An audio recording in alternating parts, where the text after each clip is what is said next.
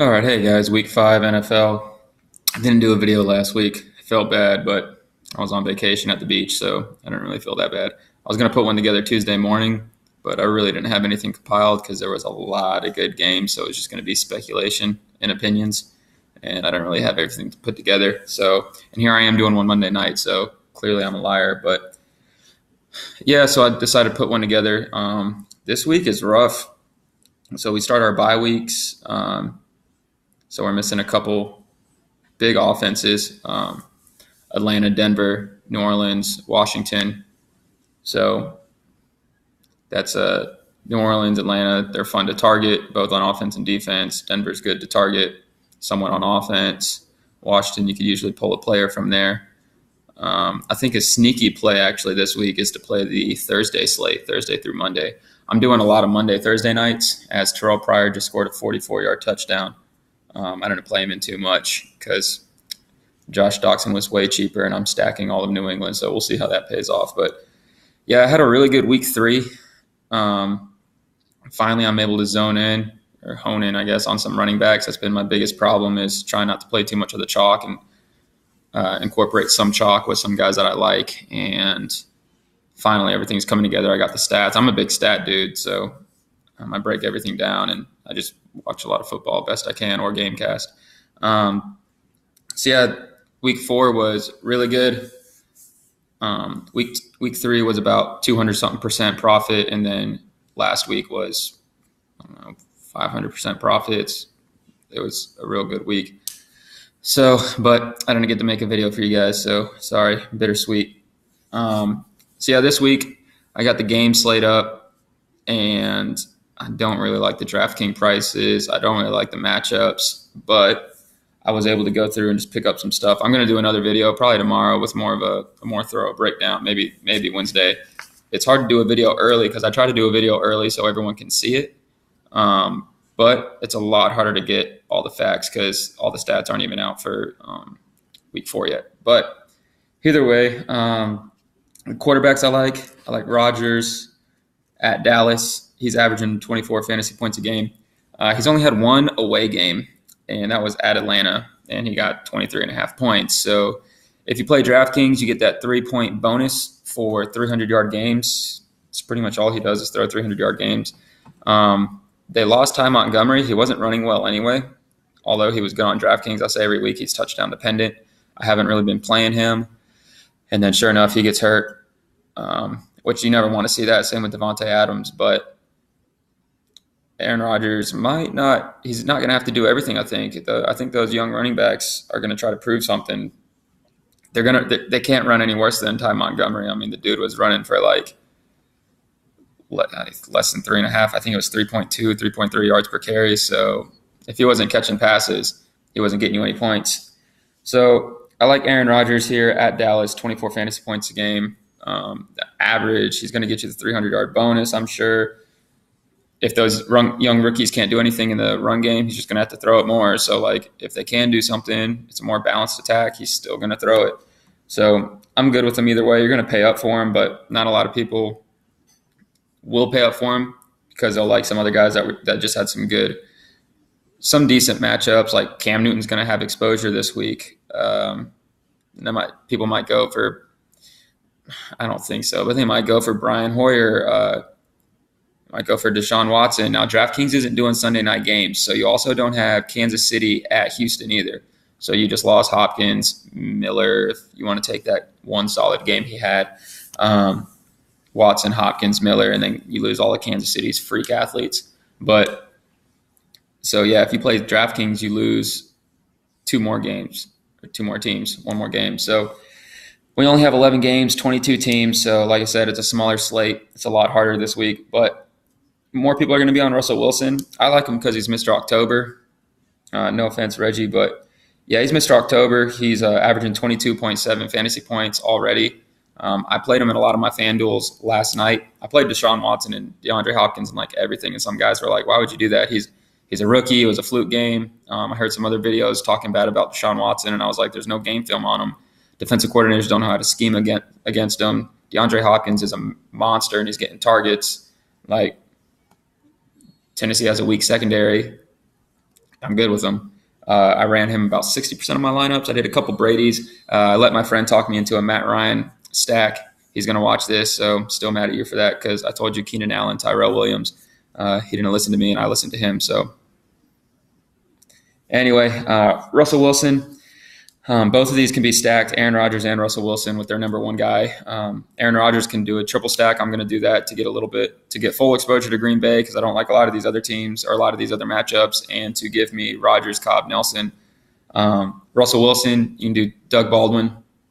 That won't be a too high of an own stack, but it will be up there. I think the next one I'm talking about will be a high owned stack, Dak Prescott. So you can run him with Ezekiel Elliott. I'm not going to run him with anyone else, but you can play him with Dez Bryant. He's got a real good price on DraftKings, and I think they're going to have to throw. Dez Bryant always has that mismatch due to his size, so I think he'll be just fine for Green Bay. I don't like him too much because I think he's going to be chalky, and that just Dak does well without him. Like Dez only had one good game so far. Dak has had 4 solid games, 2 17s and 2 20-somethings. He had 2 good games home and away. Like 1 good game home, 1 good game away. So obviously, and he had another good game home and away. So like he had 1 17-point game home and 1 20-something game point at home. So I think against Green Bay, he's going to have to score, going to have to throw. You have a little bit of rushing potential, which is huge. All 3 of these quarterbacks that I listed, Rodgers, Wilson, and Prescott, can all run. Rodgers doesn't run as much. Wilson and Dak, they can run a little bit better. Wilson doing it just because he wants to stay alive.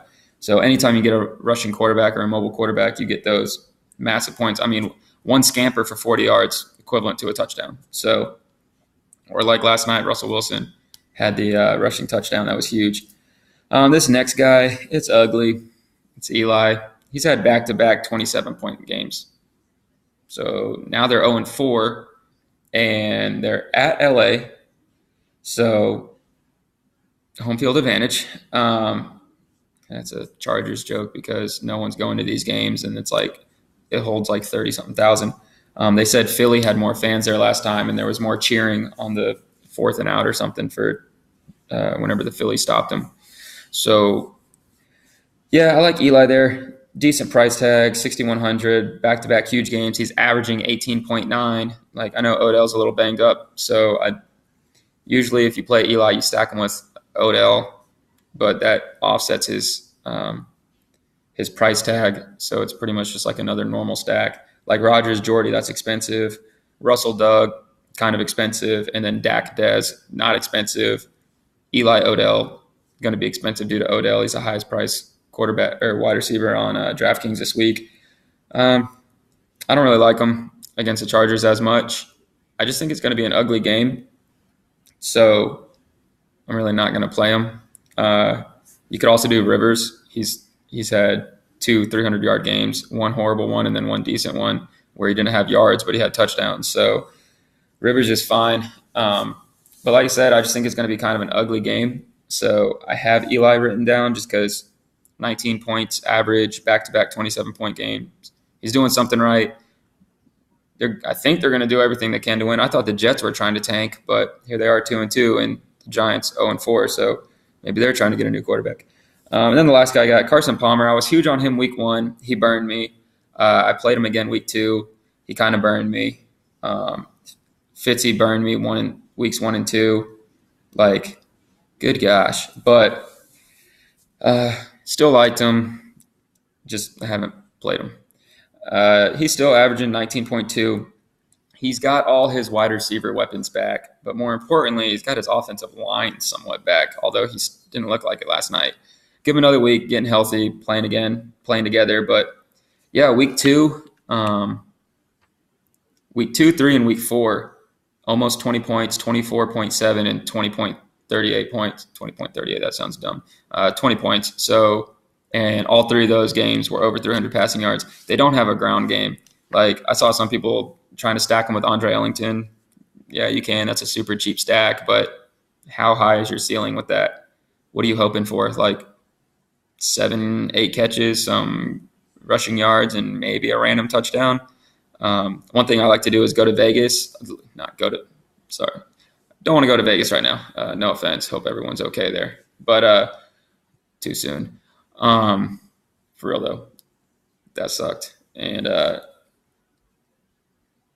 way off topic now, but check out the Vegas lines and see the odds for the money line, the odds for scoring a touchdown. Like last week, Ezekiel Elliott was number one for scoring a touchdown. It was like to bet on him was over under a half or something, or like he was going to score a touchdown, Vegas said. So look at the highest guys scoring a touchdown and then go scroll down. I'm sure you won't find Andre Ellington. He's not going to score a touchdown. I mean, yeah, it's any given Sunday, but I will bet 99 out of 100 he doesn't score a touchdown. So how high is your ceiling? So I don't know why I spoke that much about Carson Palmer. It must have been a horrible, horrible Vegas joke. I didn't mean that, guys. So you can stack Carson Palmer. Yeah, the normal stack is Larry Fitzgerald. If you can find the receiver to stack him with, I would go John Brown. I mean, he's got 4 out there that they all see playing time, but John Brown's fully healthy again for at least this week for now until he gets like the cold or something because of sickle cell trade and he's out again. But as of right now, he's healthy, so I would do a Carson Palmer, John Brown stack because that'll open up money for the running backs, which I'll get into now. That's all I like for quarterbacks, just those 5. So I like a little bit more running backs. There goes Terrell Pryor again. But the running backs, Mr. Bell decided to play. So my buddy told me that he's so used to being suspended for like 3 to 4 weeks that he decides not to play till like 3 or 4 weeks. So now that that's done and over with, he got week 4, he came out. Jacksonville is the definition of a funnel defense. If you don't know what a funnel defense, you know what a funnel looks like. I don't think you could tell with that from my hand signals on the computer, but funnel defense means they are amazing at stopping the pass. Right now, they're currently ranked number 1, even though the Jets beat them. Jets. And they don't stop the run as well. That's skewed because Bilal Powell everyone thought he was tackled and he broke away a 75-yard touchdown. That opened up lanes. Elijah McGuire came out, which people last week were talking about not wanting to play Bilal Powell because Elijah McGuire, and then other people were like, you're crazy to think Elijah McGuire is going to get touches because of Bilal Powell. I told my buddy I'm staying away from both because they're both going to be used, and I don't think either of them are going to get you the volume. I don't like running back committees. So, and guess what? You could have played them both. So, I mean, they both went nuts. Elijah McGuire, like 92 yards and a touchdown, I think. Bilal Powell, 133 yards and a touchdown or something. So, yeah, definitely went nuts there. The Jets don't know how to tank. Once again, I'm getting off topic. But, yeah, Le'Veon Bell, his price tag skyrocketed, which, like, sucks. He did bad. Price barely went down, did bad. Price barely went down, price barely went down. Well, one of those weeks didn't go bad. And then finally it's like, oh, yeah, Le'Veon Bell decided to play, and his price went up to $9,500. So the only way really to get him is if you do one of those, I mean, I would say stack Eli, but then you got to play Odell. So like a Palmer, John Brown, Prescott, Dez might be able to do that. I like Prescott, Elliott. And then what are you going to do? Prescott, Elliott, Bell, like, good gosh, you're going to play with no wide receivers on your team after that. But I like Elliott at Green Bay. So this is his best matchup by far. So when I was watching Elliott, he didn't look as fast. And I know some people were like, well, he had a 6-pack in college and now he's got a stomach. And it's like, he's not Eddie Lacy. Calm down.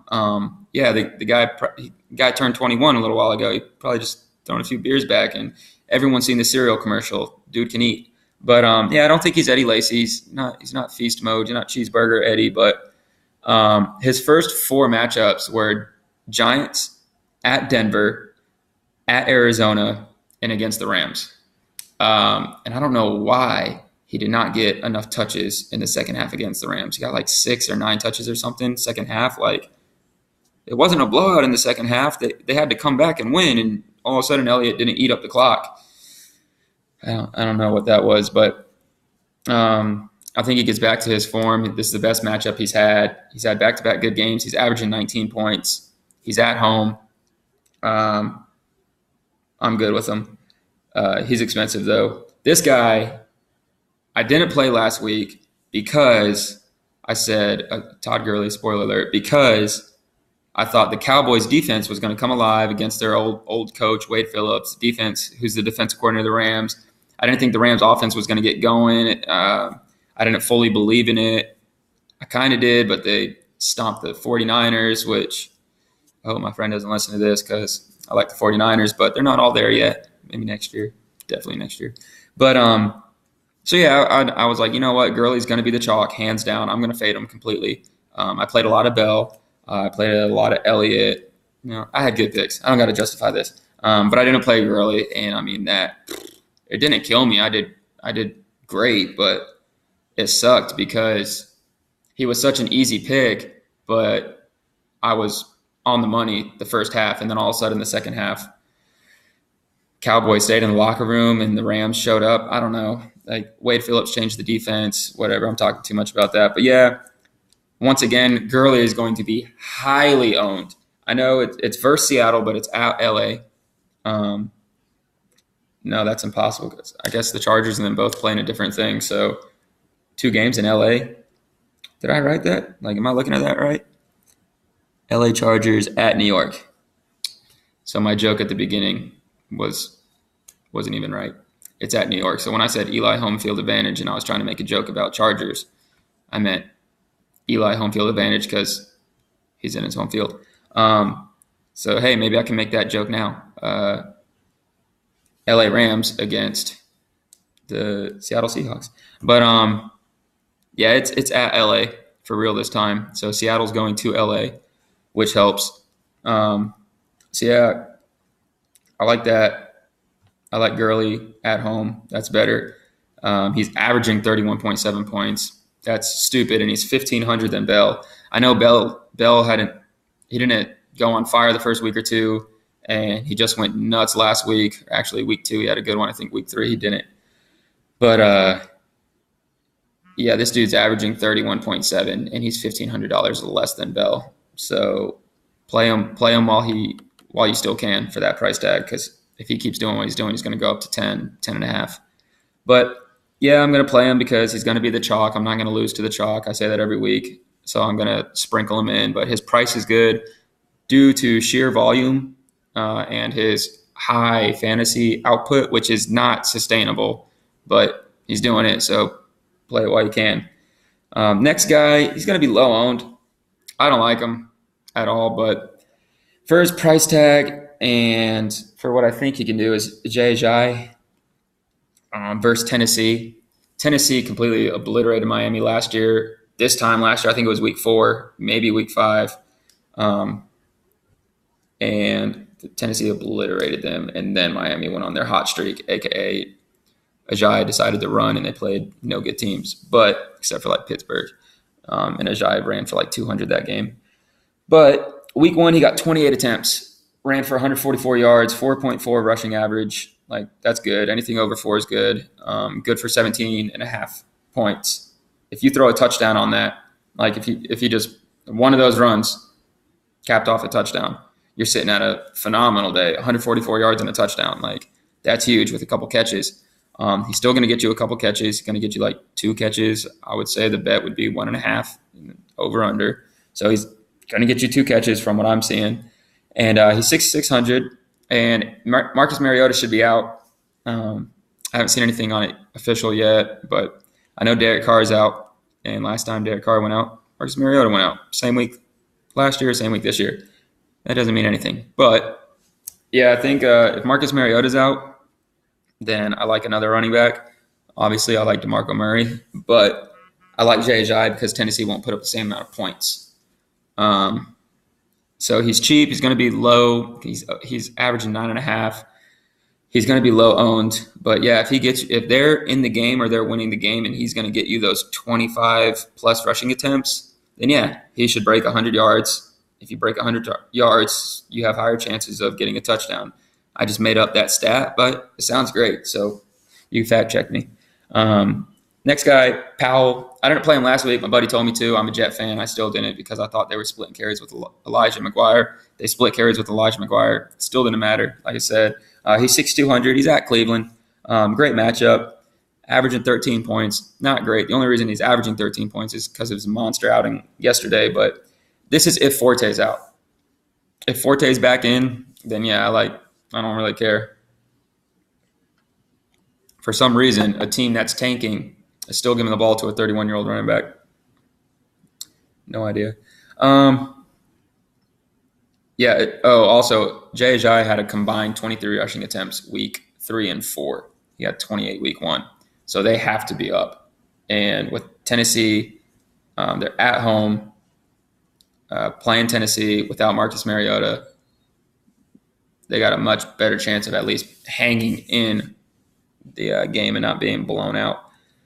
So Ajayi, Powell. Next guy is Melvin Gordon, just because his price tag went down so much. I don't know what happened. He had like one bad game, and then all of a sudden it was like DraftKings was like, yeah, hey, we're done. You're practically free. So he's 6,000 on DraftKings, and he still catches balls out of the backfield. Still averaging 14.4 after a horrible week. His price tag is so low. As long as they're in the game, he gets touches. So yeah, I'm going to use him for 6,000. I got no problem with that. I really like that game. Giants LA Chargers. I really hope it is a high scoring game and not like an ugly. We're both 0-4 slugfest. So, because hey, Rivers and Eli getting to the ends of their career, they could be going for a new quarterback. Who knows? Next guy, Christian McCaffrey. Everyone was on him this week against New England.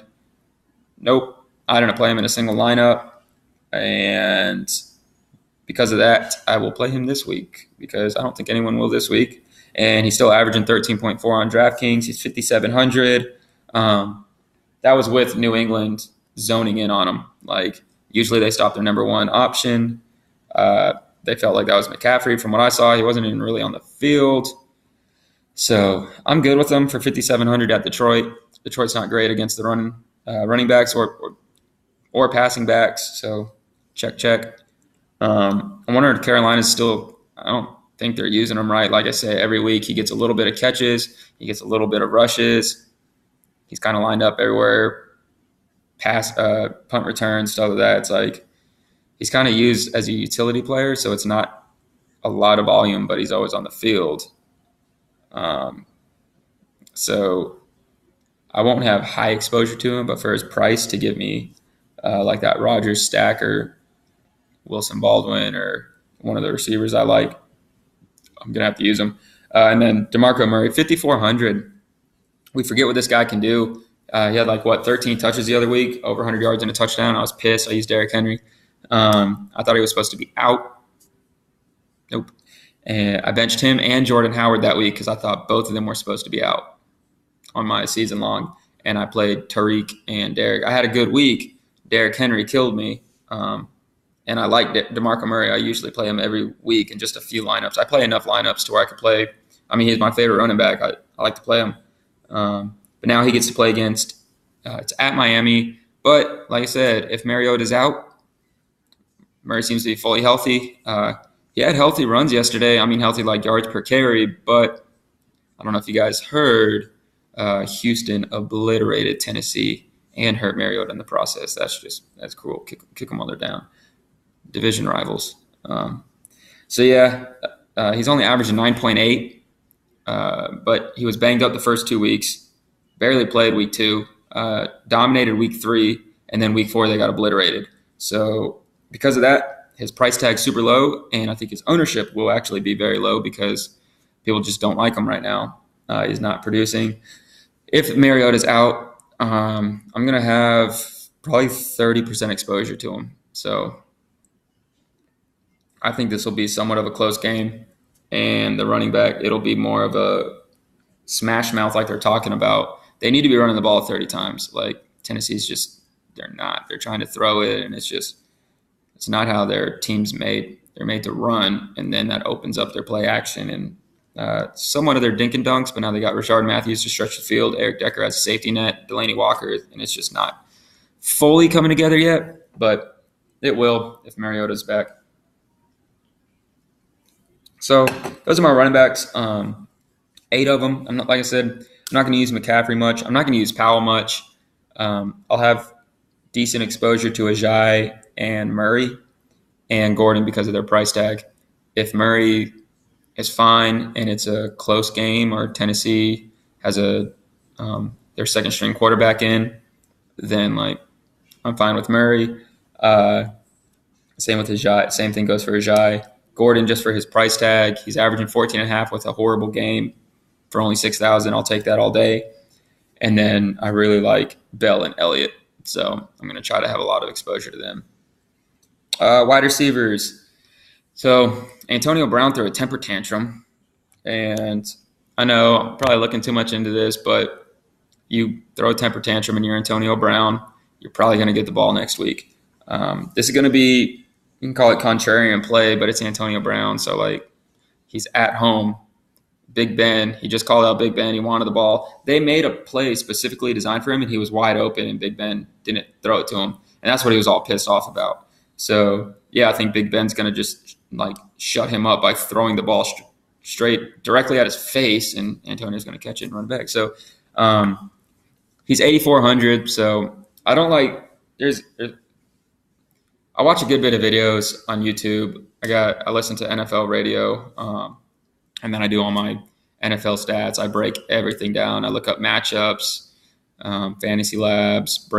I try to break down every game. I look at Vegas odds, who's going to score, cornerbacks, pro fantasy football. I focus. I pretty much look into everything. Antonio Brown throwing a temper tantrum. You just can't look into that. So this is going to be expensive. So, but what I was getting at, there's one of these videos. This guy, he seems good. He seems to have good weeks every week, but every week he's just like, oh yeah, like Aaron Rodgers, Le'Veon Bell, Antonio Brown, AJ Green. You're just like, how's that helpful? Like, so I try to throw other guys in there too. So I'm not just telling you, hey, somehow make a roster out of the best guys in the NFL. As I say, my next guy, Jordy Nelson. Jordy, I think he's going to be super chalky. Devontae Adams is out. I'm not going to have huge exposure. He's not touchdown dependent because he still gets decent targets, high red zone targets. He's averaging 16.4. Adams is out. So theoretically, Rodgers should just lean more on Jordy, but he's not going to get you that huge game. He's yet to log a 100-yard game, and that's 3 extra points on DraftKings, that 100-yard bonus. Maybe with Adams out, he does, but I think he has huge ownership. I'm only going to have 25% exposure to him. I really like him this week. He's a solid cash play. He's a good tournament play. There's not really a difference between cash play and a tournament play when a guy is in a good matchup and makes points. Like, I don't get it. Lately, I've been taking my favorite cash lineup and putting it into a decent tournament, nothing over 100K, but like 21,000 entries. Not winnings for 21,000, but just 21,000 entries, and both times I'm hitting just fine. And if you win a small tournament, so like 400 something people, because I play small cash. If you win a small tournament, you take that same lineup in a small, big tournament. That makes sense. You still do just fine.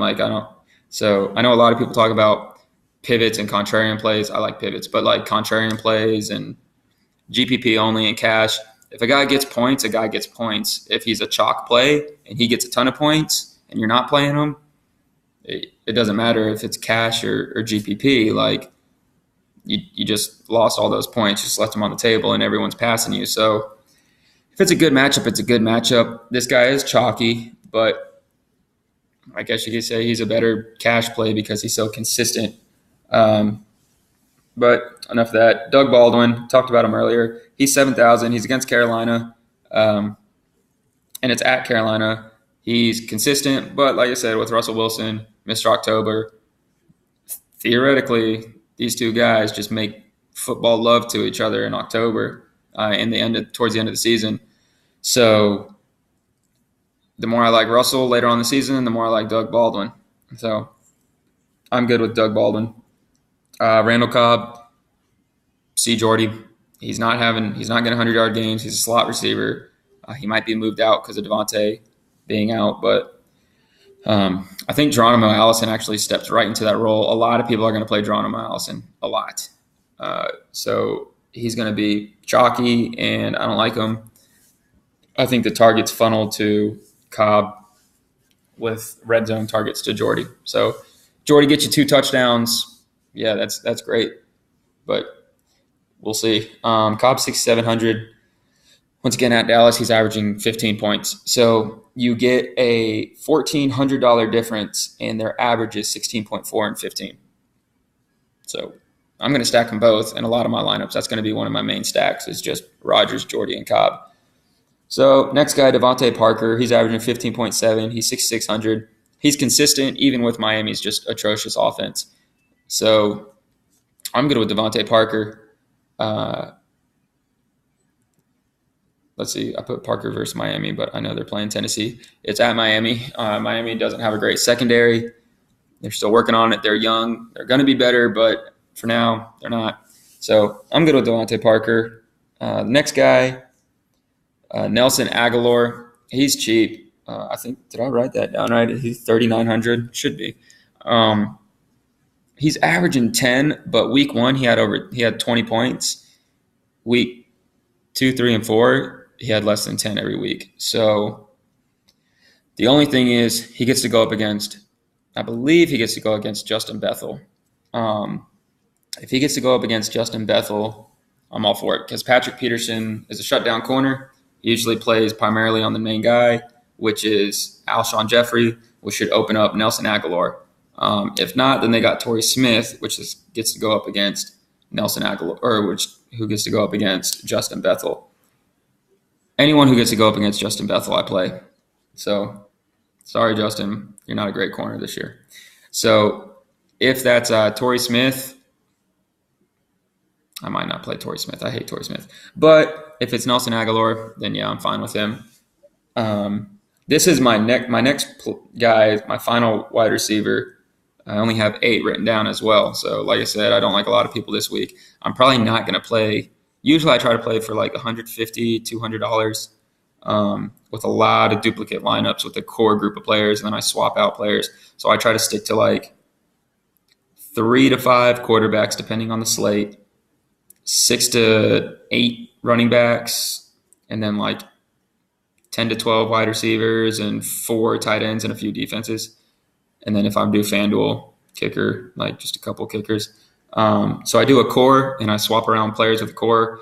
If my core hits, then I do well. And then I throw in a couple of just different lineups to make sure I have exposure, with the chalk. That's how I play. I play a lot of small tournaments, 235, 400, 500 people. A lot of those. I took down a lot of those this week.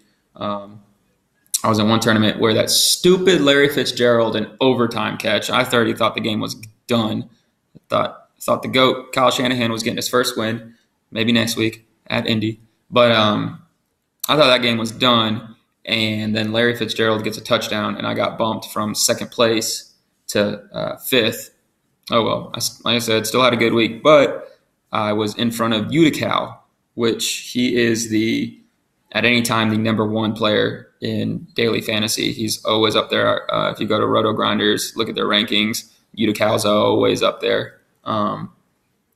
So I thought that was awesome. He was in front of me. He was playing Tyrell Williams, which I called Tyrell Williams and Keenan Allen, and Phillip Rivers, but I threw in Keenan Allen, and Keenan Allen had this just a bomb that he caught, and I bumped in front of Utica. And then I had Cameron Brate.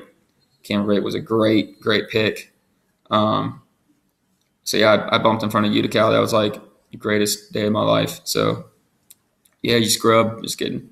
That was probably like one of his 1,000 lineups that I somehow beat. So yeah, this guy, Tyrell Williams, coming off a big game. Some more people are going to like him.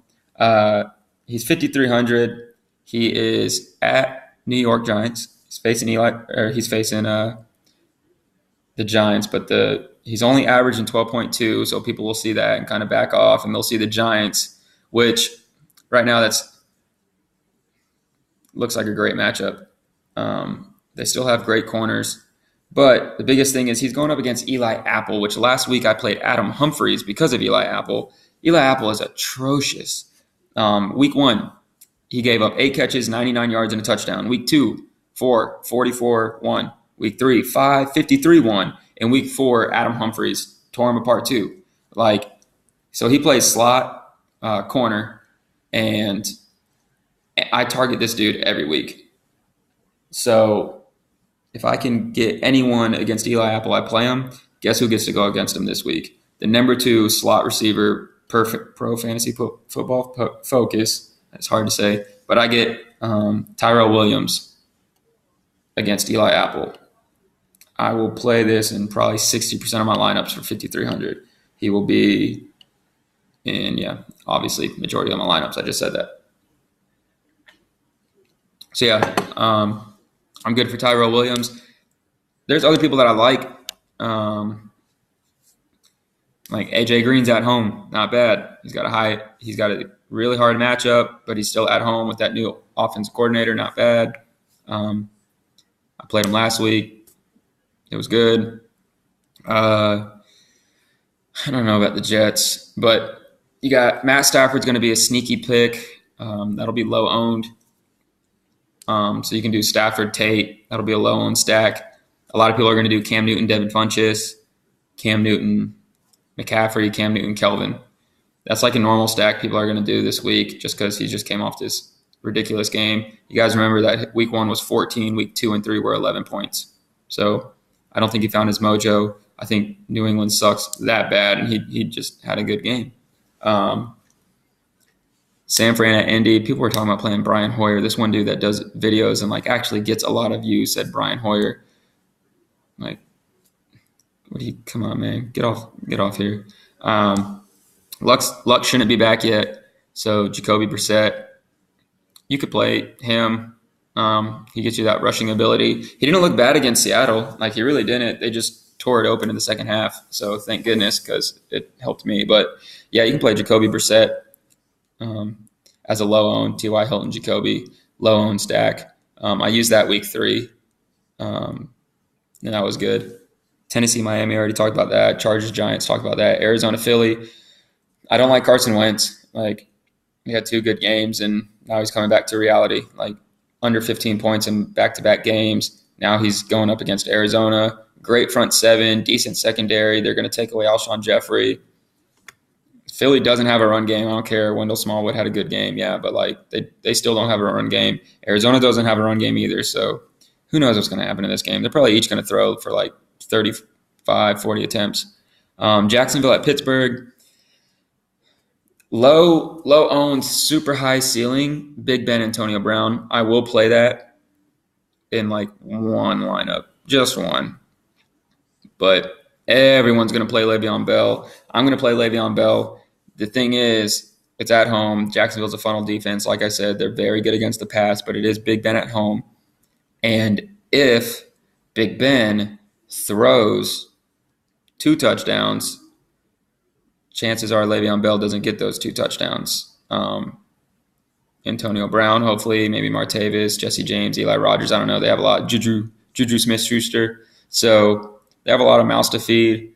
The main killer bees, which now you add Brian in there. So if Big Ben throws at home and you do not play Bell, then that is massive. Okay, I guess I take away what I said about the GPP versus cash, because that would put you way ahead of everyone in GPP. But guess what?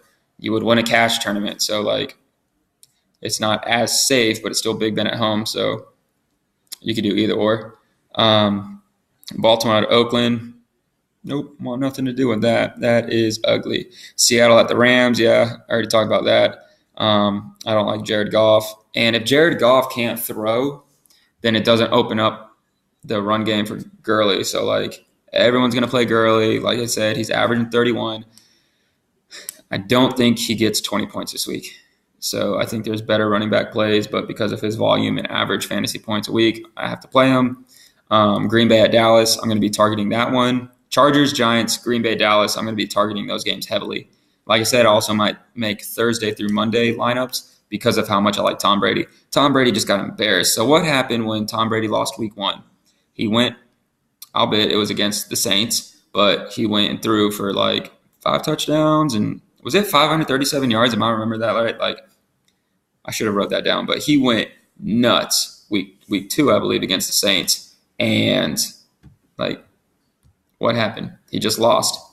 He's going to go down into Tampa Bay, and like it's going to be bad. Like I don't think they stand a chance whatsoever. I'm not even going to look it up. I know he destroyed, and I believed it was coming directly. Yeah, it was week 2 against the Saints because people were picking the Saints preseason that could potentially upset the Patriots. But yeah, Tom Brady's coming off a loss, so I might target the Thursday through Mondays just so I can get that exposure to New England. And if I can play Tom Brady for his price tag and stack him and then play these few other guys, then yeah, I think that's a solid move. But guess what? If people are playing Thursday through Mondays, now not everyone's going to do that. Not everyone's going to be like, oh, I'm playing Thursday through Monday so I can play Tom Brady because these matchups are hard. Not everyone's going to do that. So that ownership is always lower, obviously, Thursday through Monday games. The Monday games, Minnesota at Chicago, so it's okay. You can do that. The only thing is you got to start Thursday and wait till freaking Monday night to see how you did. Like, I'd have a heart attack. Maybe they got Thursday through Sunday. I'll check. But yeah, anyway, that's pretty much it for tight ends. Delaney Walker, once again, if Marcus Mariota's out, usually when a new quarterback comes in, his safety net is the tight end. I don't know why I put my hand that close to the camera. Sorry, guys. Good thing it's not like a 3D. Looked like I was about to come in and backhand my viewers. I don't got a lot of you guys, so I can't be doing that. But yeah, Delaney Walker's 4,700. I don't like a lot of tight ends this week. People are going to play Zach Ertz because it's Zach Ertz, but I only have 3 tight ends written down, and only because of the matchups. Hunter Henry at the Giants. Coach said they need to get Hunter Henry more involved. He somewhat got more involved. He got a touchdown, but now he gets to go up against one of the worst teams against the tight end. So once again, Chargers-Giants game, I'll be targeting Henry. I don't know why I didn't write down Rivers. I'm going to play Rivers. I like Tyrell Williams, Hunter Henry, Gordon. I'm going to play Rivers too. He's only averaging, 6.2, but it's any tight end versus New York Giants. You just play him. I know there's Antonio Gates, but Hunter Henry's way better. Antonio Gates is old. And he's 3,800. ASJ, Austin Seferian-Jenkins, is 3,500. He's on the Jets team. So I know we're 2-2, so it's all right. But he's playing Cleveland. I thought about running a tight end against Cleveland last week, and I was like, man, like Tyler Eifert would have been like the highest owned play in DFS history last week if he was in. But he wasn't, so Tyler Kroft was in. Step in another white Tyler tight end. Ironically, my name's Tyler, and I'm white. Should have played last week for Cincinnati tight end. I would have gotten pulverized, actually. But it's at Cleveland, and they are the worst against guarding the tight end. I couldn't pull the trigger on playing Kroft. I was too afraid. Didn't do it. Played A.J. Green. I even had an Andy Dalton, A.J. Green stack, but I couldn't do a Kroft. What do you know? The guy that won the Millionaire Maker, I had a lot of the same picks. Guess who his tight end was? Yeah, Tyler Kroft, and he had A.J. Green. And didn't play Andy Dalton. Played Cam Newton. So good on him. But, man, I was like, I even wrote it down. I was like, Tyler Kroft, ? Super cheap. Cleveland sucks, tight end. Couldn't do it. This week I'm going to play Seferian-Jenkins. He's averaging 8.4, but he's used to the offense now he's in. He should be fine. So I actually predict a good game from Seferian-Jenkins. If Tyler Kroft can do it, why not ASJ? Because he has McCown throwing to him, that's why. But yeah, that's all I like. I don't like too many this week. And this is, once again, this is done Monday night because I didn't get you guys a video last week. I had a real good week 4, I had a good week 3, so I'm hoping that rolls into a week 5. Now that I got all these stats available, I can really dial into these picks. So I'll try to do another video Wednesday, Thursday. I don't have many subscribers, so like doesn't matter to me. So I'm going to put out another video probably Wednesday, Thursday with everything dialed in and actually tell you guys my picks and why I like breaking them down. But I already blabbered on too much, so glad you guys got a video in this week. I guess glad I made one, if that makes sense. But yeah, good luck to you guys. Comment with anything that you agree or disagree with. I guess if you agree with it, then like we're not really going to learn anything. But if you disagree with anything, or if you got anything I missed, or hey, like I think this is a good pick, let me know because like I said, only here to help each other. But yep, good luck, guys.